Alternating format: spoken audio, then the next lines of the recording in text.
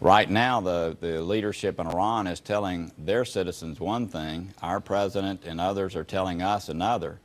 The only way we'll ever know what are the details, understand what is in the classified annexes, is for us to pass these pieces of legislation that are before us, because otherwise we may never know until way after the fact exactly what the agreement is. All right, ladies and gentlemen, that was Senator Corker. Joining us now is Jonathan Tobin, senior editor, Commentary Magazine, commentarymagazine.com. Jonathan, a lot to get to today. Thanks for joining us. Let's talk about your piece on Mr. Corker's bill. You know, I don't understand it. How was anybody fooled? When Barack Obama says, I surrender, okay, you win, I give in, I'll sign this bill, and it's like, okay, we beat him. No, you don't beat Barack Obama. He doesn't compromise. He doesn't lose.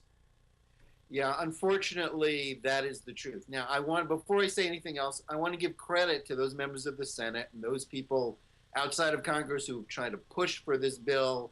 It's not a bad thing. It's better than nothing at all, better than the administration doing this on the sly with no vote by Congress.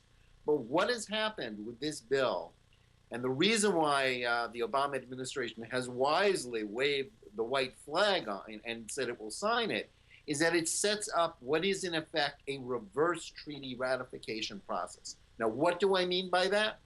Now, normally, under the Constitution, Congress has to pass treaties. The president can't do it by himself. As Alexander Hamilton said in the Federalist Papers, the president is not a hereditary monarch. He's an elected magistrate, and Congress has the right to decide on these things.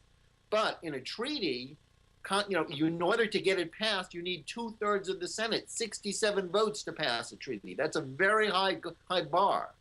But in this bill, because it does not treat it as a treaty, and it's not because Corker doesn't want it to be a treaty, is that it would need a completely separate bill to call it a treaty when the administration is claiming it isn't.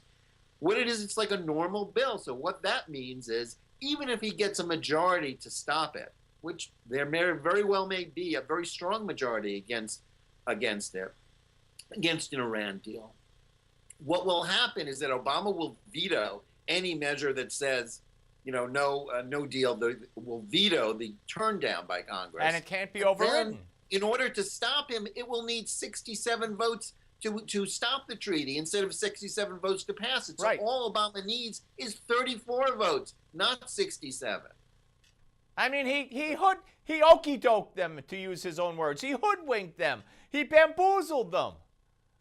He's bamboozled the country and the world because, as we've discussed before, this deal sets up not a path to stopping Iran, but two paths for Iran to get a bomb. One by cheating easily, and one by abiding by it and just waiting patiently for it to expire. All right, but Jonathan, the question was raised to Josh Earnest last week at one of the White House press briefings, and this bill hasn't been done yet. And they said the Republicans, they're going to let amendments be offered up to the bill. One amendment would say that Iran, if they're found guilty of, or if in other words, they can't commit terrorism against Americans, or the deal is off, something like that.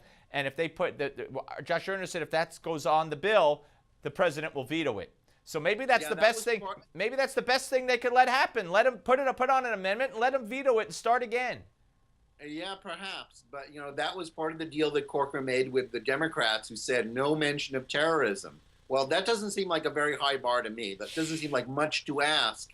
But it is too much to ask for the administration because their goal here is Iran détente. They don't want us to talk about terror. They don't want us to talk about Iran's drive for regional hegemony in Yemen, aiding Hezbollah and Hamas, never mind threatening Israel with extinction.